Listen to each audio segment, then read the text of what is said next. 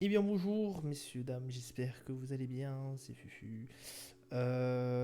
Aujourd'hui on se retrouve, on est le 4 octobre 2023, il est 22h53, on est sur Investir, on est sur la revue d'actualité.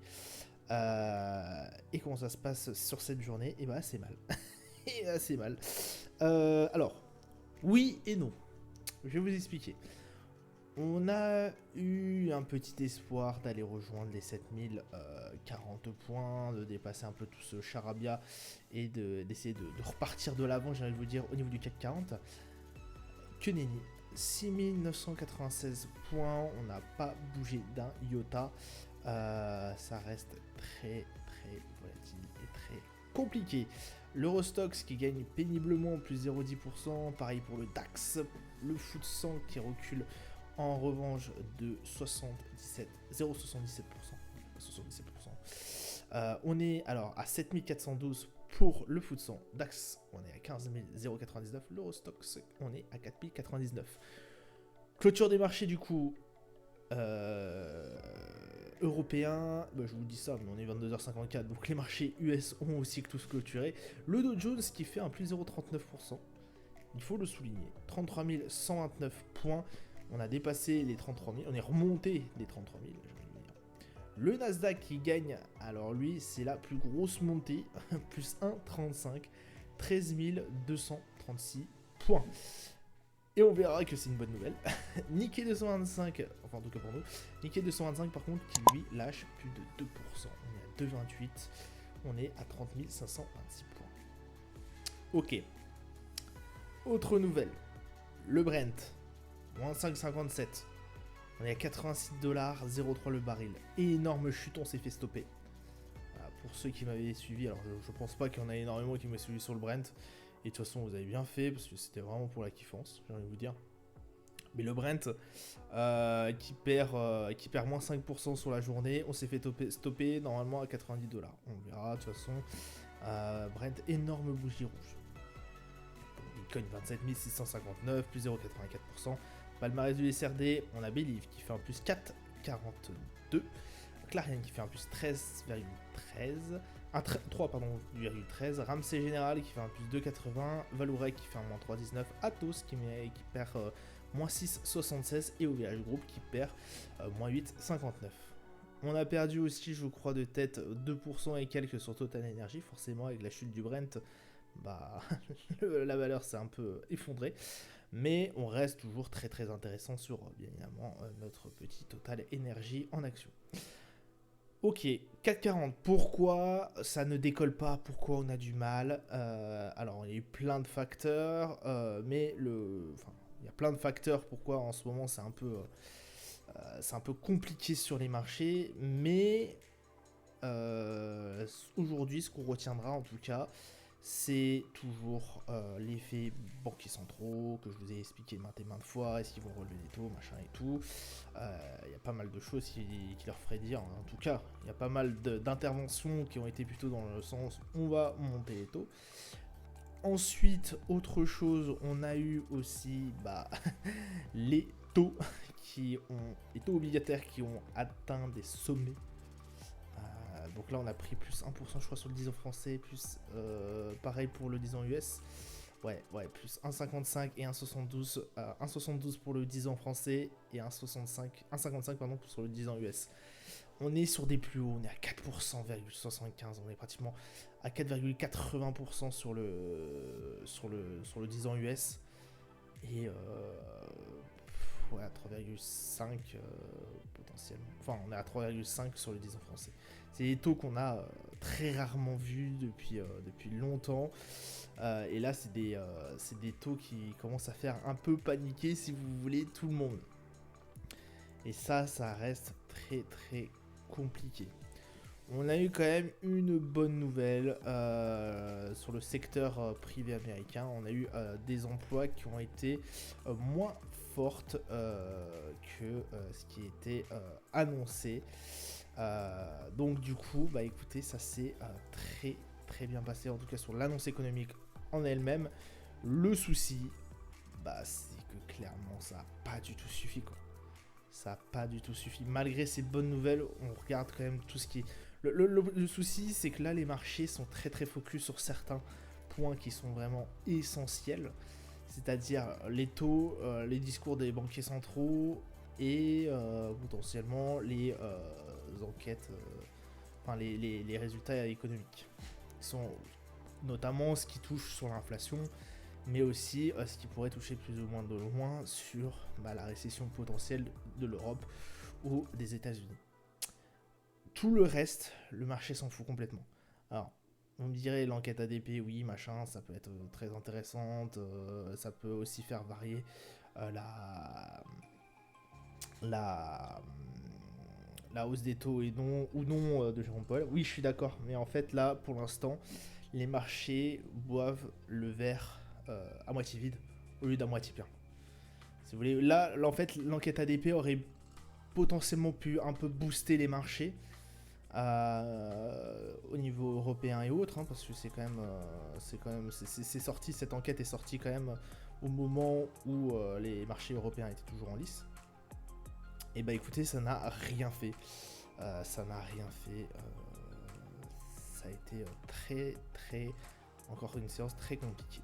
On voit que, alors je dis ça, le Nasdaq a quand même pris plus 1,35%. Je pense plus notamment un peu un rebond technique et encore, pourquoi pas, oui, on a eu quand même une grosse séance baissière hier. Le Dow Jones gagne péniblement plus 0,39%. On reste vraiment sur des marchés qui sont sous pression, voilà, qui restent dans le doute. Donc pour l'instant, méfiance comme d'habitude, on reste méfiant. On peut prendre quelques positions et on verra que j'ai pris quelques positions quand même. Mais ce sont des positions où potentiellement, hypothétiquement, ça peut très vite aller dans un autre sens, quoi. Là, on a très bien vu sur le CAC 40. Le CAC 40, on s'est fait très vite stopper, quoi. Alors que pourtant, on avait...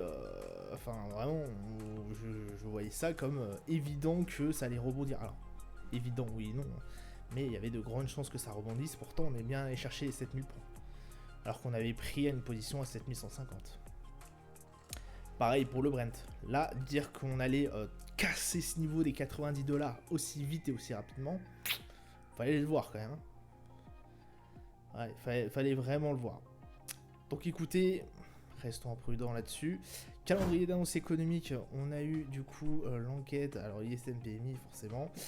L'enquête ADP, on l'a pas marqué, je crois. Mais en tout cas, voilà, c'est ça qui a fait bouger les choses. Enfin, ça n'a fait pas grand-chose, ça n'a rien fait du tout en fait. Demain, on aura la balance commerciale de l'Allemagne. Je vous l'ai pas mis en français, vous avez compris. Et le PMI au niveau, PMI au niveau du Canada à 16h. Voilà, on va aller directement sur les marchés. Alors, on va commencer par le CAC 40 quand même. Aujourd'hui sur le CAC 40. Alors aujourd'hui sur le CAC 40, j'ai pas mis le niveau des 7000. Bon, soyez désolés. Alors là, on a été gratté bien loin aussi. On est au niveau des 7000, hein, grossièrement. On est à 7015 points, on a clôturé à 7015 points. On a un RSI qui est très très faible. Mais on voit que ce niveau des 7000 est très compliqué à passer. On voit que là, c'est assez douloureux. Que malgré, on pourrait aller chercher une baisse, mais si vous voulez, on a un niveau qui est assez costaud. Hein, voilà, on a quand même bien descendu pendant un bon petit moment. On peut continuer encore à descendre. Hypothétiquement, moi je serais bien aussi aller rechercher une relance là. Je serais bien aller rechercher une relance au niveau des 7000 pour essayer d'aller grappiller peut-être les 7002. Voilà, ce qui pourrait être une énorme montée. Ça serait un beau trade. Et sinon, vous mettez un stop à 6008 quoi. Voilà, donc là, ça serait... Là, c'est encore là, on va essayer de jouer vraiment sur des contre-mesures. On va essayer de jouer sur des rebonds. On va essayer de jouer sur des... sur de la contre-tendance. C'est assez risqué, hein, c'est assez risqué, c'est assez complexe. On s'appuie sur des supports. On s'appuie sur... aussi le nombre en fait là, comme vous avez pu le voir aussi, on a quand même pas mal de on a aussi pas mal de, je m'installe juste, On a aussi pas mal de volumes qui ont été pris. On voit que là, aujourd'hui, ça a été quand même les acheteurs qui ont gagné. Malgré qu'hier, on était à peu près sur le même volume et que ça soit les vendeurs. On voit que c'est un niveau assez complexe. Si on avait potentiellement une pièce à jouer, ça serait peut-être là-dessus aussi. Sur un potentiel rebond du CAC 40 qui atteindrait les 7200. J'aime bien les rebonds. Après, voilà, c'est souvent assez risqué si vous voulez. Donc là, si vous voulez encore un peu moins risqué, on peut attendre qu'on aille chercher les 7100 points. Voilà, hein, on peut attendre aussi les 7100 points, prendre une position à 7100 points et essayer d'aller chercher hypothétiquement les 7002, les 7003, voire les 7004 sur un trade bien évidemment voilà, à l'achat. Donc c'est possible si vous êtes voilà, si vous avez un peu plus de risques, vous pouvez aussi aller prendre les 7000 points. On a un seuil vraiment où voilà, les acheteurs et les vendeurs n'arrivent pas trop à se mettre d'accord. Je penserais plus à un rebond au bout d'un moment. C'est possible aussi s'asseoir complètement, qu'on descende au 6008. C'est pour ça que je vous conseillerais de mettre un stop forcément aux alentours des 6008, qui me paraît voilà, à peu près 200 pips d'en dessous.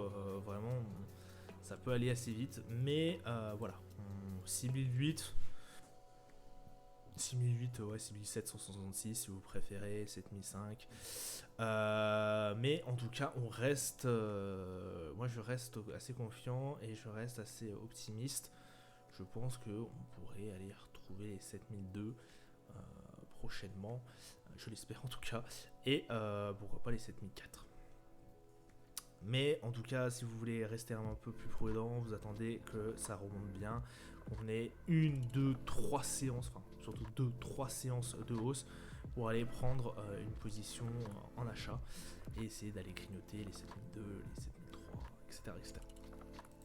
Pour ce qui est du DAX, bah, c'est à peu près la même chose, hein. On a tapé là les 15005, les 15 000 tout court, pardon. Ce qui nous aurait permis effectivement de prendre, si on avait pris une position par exemple aux alentours des 15 000, de profiter un peu de ce rebond aussi. Le souci du DAX, je vous l'avoue que je suis un peu moins fan, malgré le fait qu'on est à 15 004, on a toujours une économie, si vous voulez, qui est en récession. Alors, malgré que ça, on a quand même des bons niveaux qui ont été atteints. On a quand même un gros support des 15 000 qui vient d'être touché. Le souci, c'est que ce support des 15 000, il a été déjà, je veux dire, en partie grignoté. Et en plus, on est, j'ai envie de vous dire, oui, on est assez proche, mais on n'a jamais trop tapé ce niveau. On a tapé une fois ici, mais sans, j'ai envie de vous dire, sans l'avoir encore retapé plusieurs fois. Est-ce que demain on serait encore sur le même niveau? Est-ce que demain on s'arrêterait à ce niveau-là des 15 000? Est-ce que si ça replonge, on resterait aux alentours des 15 000? Est-ce que ce support est encore aussi fort qu'on peut essayer, comment vous dire, qu'on peut l'espérer? Le CAC 40, si vous voulez, le niveau des 7000, bah maintenant ça fait 2 ou 3 jours qu'il tient. Malgré les mauvaises annonces et tout, il m'a l'air assez solide, il m'a l'air assez constant, il m'a l'air assez tenace pour espérer un rebond là-dessus. Le niveau du DAX, pour moi, pour ma part, là grossièrement, on reste toujours sur sur une tendance de fond qui est baissière. Est-ce que le DAX est capable, ce niveau des 15 000 est capable de casser cette tendance pour la faire remonter? Pour l'instant, j'en sais rien. Enfin, j'en sais rien. Il n'y a aucun. Oui, d'accord, on a touché et puis on est remonté, mais il me faudrait encore un peu plus. Si vous voulez, il me faudrait limite aller chercher les 15 002, les 15 003 pour espérer renverser la vapeur et essayer de trouver un trade gagnant à 15 006. Voilà.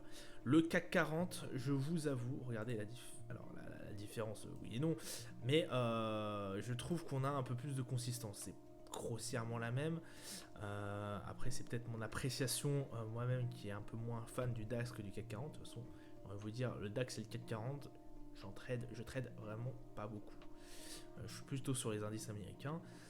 malgré le fait que j'ai pris vraiment, vous avez vu certaines de mes positions qui sont sur la plupart du temps sur, lorsque je vous ai dévoilé un peu certaines positions, je suis quand même un peu sur le CAC 40 et sur le DAX, mais enfin surtout sur le CAC 40. Mais voilà, là, je suis un peu plus fan du CAC 40 que le DAX.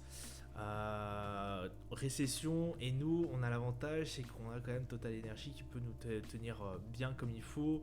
Le CAC 40 a du luxe, une grosse part de luxe. On sait que même quand il y aura des taux assez élevés et tout machin, le luxe continue de performer malgré certains problèmes. Donc écoutez, pour moi en tout cas, je suis plus rassuré sur le CAC 40 que sur le DAX. Après, on a eu un gros niveau des 7100, vous me direz aussi qu'on a bien entamé une belle séance baissière. Mais je trouve que c'est moins flagrant sur le CAC 40 cette baisse que sur le DAX. En tout cas, on a moins rétréci sur le niveau du CAC 40 que sur le DAX, je pense. Voilà. C'est juste mon analyse, après c'est mes préférences aussi. Si vous voulez mettre sur le DAX, moi je vous conseillerais d'attendre peut-être une ou deux séances encore. Et le CAC 40, hypothétiquement aussi une ou deux séances. Après, si vous êtes un peu risqué, voilà, vous mettez à 7002, vous achetez et puis vous essayez de tenter le reverse et d'aller chercher les 7002 quoi. Bref, le Brent qui fait une énorme baisse, 86,80$, on a pété littéralement les 90$, on est sorti de la position du coup, puisqu'on a été en achat aux alentours des 95 et quelques. Donc gros niveau au niveau des 95, par contre on s'est fait complètement poutrer par la suite. 36 au niveau du RSI, donc bon, là on a un RSI qui a complètement perdu sa tendance full haussière, j'ai envie de vous dire. Bon, rien d'autre chose à dire. Je vous avoue que je me suis pas littéralement penché là-dessus. Sur les nouvelles du Brent, à mon avis, il y a eu quelque chose bien comme il faut. Alors après, il y a aussi la chute de tous les indices et tout qui peuvent entacher le Brent. La chute de l'économie, la hausse des taux, blablabla. Mais je pense qu'il y a quelque chose d'autre aussi qui se trame. Et j'aimerais bien savoir quoi. Je vous avoue que j'ai pas trop regardé. Je me suis fait stopper ce matin. Et j'ai pas poussé mon analyse pour aujourd'hui. En tout cas, je vous dirai si c'est passé une news qui, à mon avis, est une grosse news. Mais j'ai pas été au courant. Je vous avoue que quand je me suis fait stopper, j'avais un peu le seum et du coup, j'ai pas regardé pourquoi. Bref, 11 d'or, le 11 d'or qui cale un peu. Alors on attend aussi, on est vraiment sur des plus bas pratiquement de l'année. On avait atteint les 1800. Voilà, vous rappelez-vous. Le 31 janvier, on était bien haut, on était pareil à 1955. On a été tapé les 1800 pardon. Au bout d'un moment, faites attention. Là, pour ceux qui s'excitent, là, allez, on vend l'or. Attendez 30 secondes, là, les 1805 vont arriver. C'est un gros support comme vous avez pu le voir. Il avait complètement stoppé cette descente pharaonique en janvier et février. Là, on va voir ce que ça peut, si c'est possible, si c'est la même chose, si on va avoir une rebalance en fait, un reverse tendance qui va être assez intéressant. Et pourquoi pas aller chercher les 1900 si effectivement cette tendance se renverse comme on a eu le cas ici. Mais pour l'instant, on est vraiment full baissier sur le 11 d'or. Ne prenez pas de position. Voilà, un petit conseil. De mon analyse, d'habitude, prenez pas de position. Sur le 11 d'or, je vous avais dit de toute façon, là vous avez eu un trade gagnant normalement sur le 11 d'or il n'y a pas si longtemps. Voilà, vous gardez ça. Le Brent c'est pareil, je vous avais dit au bout d'un moment, alors attendez, le 95, entre les 95 et 90, je vous avais dit, bon ça c'est full risky, ouais, c'est un petit délire, machin, on a pris le trade, on s'est fait stopper, bon voilà, on a perdu.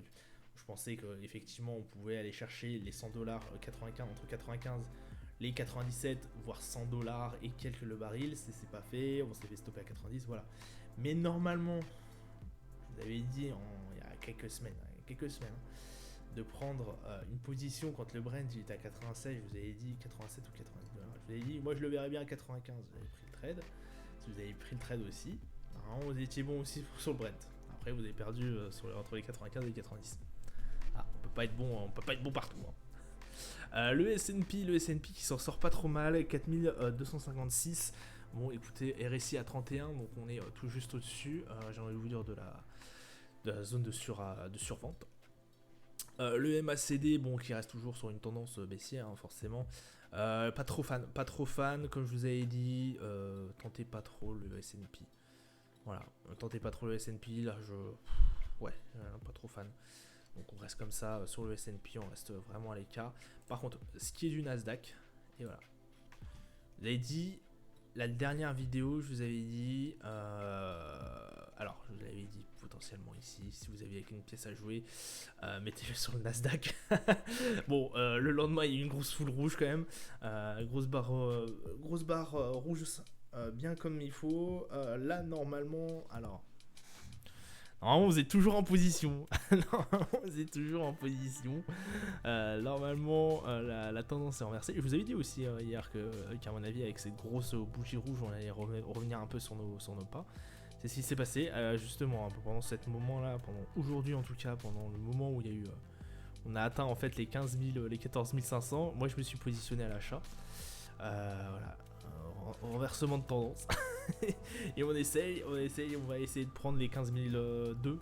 Voilà, qui pourrait être un niveau assez intéressant à aller chercher, et ça fera un beau trade, on l'espère. En tout cas, RSI à 43, donc on est toujours, voilà, alors on est assez proche de la moyenne, enfin assez proche, il nous reste quand même 7 points entre la moyenne et là où on est, mais j'ai un peu plus confiance sur le Nasdaq que sur le S&P. Donc voilà, on reste concentré là-dessus. Et puis on espère effectivement que ça va continuer. Alors je pense que le niveau, hein, là on l'a vu, hein, le niveau des 14 680 est vraiment un peu plus solide. Là il a été touché maintes et maintes fois, il n'a pas cédé. Là pareil, là on est vraiment aussi pareil sur un gros niveau, surtout comme un peu le CAC 40, les 7100, les 7000. Reste quand même des gros niveaux. Alors déjà le niveau des 7000 est vraiment assez psychologique parce qu'on est à 700. 7100 était un gros niveau aussi, un bon support. Donc écoutez, là il y a moyen que ça passe pas, hein, mais il y a aussi moyen que ça rebondisse et qu'on aille chercher les 15 002. Et là ça ferait un beau trade, franchement ça fait un beau trade. Non, j'ai un stop. J'ai un stop à l'endroit où je vous ai dit, donc c'est-à-dire entre les 14 003 et 2. Ouais, aux alentours de 14 003, 14 004. Bon là, vu que je l'ai pris vraiment à 14 005, je vais peut-être même aller descendre à 14 002. Voilà. De toute façon, au moment où je fais vos reviews, j'ai envie de vous dire, je vous prodigue des conseils, mais en fait, le lendemain, je prends position ou pas. En fait, ça dépend. Des fois, quand j'analyse à froid comme ça, juste après la séance, je me dis, ah ouais, ça je le ferais bien. Bah la preuve, regardez, hop, le Dow Jones, je vous ai dit, je vais prendre position. Je vais peut-être tenter une bonne position. Le Dow Jones, voilà, j'ai pris position en 33 000. Gros support au niveau des 33 000. Bon là, on se casse vraiment la gueule au niveau du... Là, c'est vraiment aussi, si vous avez une pièce à jouer, potentiellement, le Dow Jones peut être intéressant. Et essayer d'aller chercher les 34 300. Ouais, essayer de tenter le rebond. Au bout d'un moment, le Dow Jones, si j'ai envie de vous dire, si on descend à 13 au niveau du RSI, c'est invraisemblable quoi. On a 26, on s'est déjà bien cassé la gueule. Donc j'espère, je croise les doigts qu'on descende pas en dessous. Mais attendez, vous avez vu la dégringolade que c'est incroyable, on va pas aller chercher les 31 806 quand même. Au bout d'un moment, faut arrêter. Faut arrêter. ce serait incroyable. Bon, on a quand même des grosses... on a quand même pas mal d'échanges qui ont été faits aujourd'hui. Et on arrivait quand même à sortir du vert. Bon. Voilà, j'espère qu'on va pas aller creuser. Alors on a été creusé bien profond aussi. On a été trouver les 33 200 et quelques pendant un moment. 33 200, 33 250. Bon, peut-être pas 250, mais 200... 32 000, pardon, 32 700, 32 600, on a été trouvé, donc on a quand même été assez bas, mais on a fini quand même en hausse. Donc là, c'est aussi un peu risqué. Le Dow Jones, c'est un peu risqué comme trade, mais je pense qu'il peut avoir une reverse. On a un gros support des 33 000 avec nous, et aussi, on a eu quand même pas mal de volumes qui ont été échangés sur le Dow Jones, et on voit que les acheteurs ont répondu présent. Le Nasdaq aussi, on a un beau reverse qui peut s'attendre, Et on a surtout aussi le support qui est avec nous. Alors là, c'est vraiment de la contre-tendance que je vous fais. Et c'est assez, voilà, c'est assez touchy. Il y a des chances que ça marche pas. Hein. Voilà, je vous le dis très clairement, mais il y a des chances aussi que ça marche. Et quand ça marche, on est content. Normalement, on a toujours nos stops pour nous stopper. Normalement, toujours nos stops pour nous stopper. La preuve, hein, le Brent, je l'ai pris. Le CAC 40, je l'ai pris. Alors, le CAC 40, je comprends pas pourquoi il ne le marque pas. Hein. Non, je l'ai pris, hein, 100%. Hein. Le CAC 40. Mais le CAC 40, si vous voulez, vous pouvez tenter. Ouais, Nasdaq. Vraiment, si vous avez une pièce à jouer, Nasdaq, essentiellement, qui peut être intéressant. Beaucoup plus intéressant que le CAC 40. Moins risky. Plus risky, Dow Jones. En fait, voilà. Normalement, vous prenez une position, sur le Nasdaq, CAC 40 et Dow Jones. C'est les du moins risqué, ce que je vois de moins risqué jusqu'au plus risqué. Moi j'ai pris les trois, on sait jamais, ça peut passer. Mais en tout cas, voilà, ça pourrait s'apparenter à une bonne stratégie. Voilà, ça sera tout pour moi pour aujourd'hui. Je vous souhaite une excellente journée, une bonne soirée à vous. Je vous dis à plus tard. Ciao, ciao.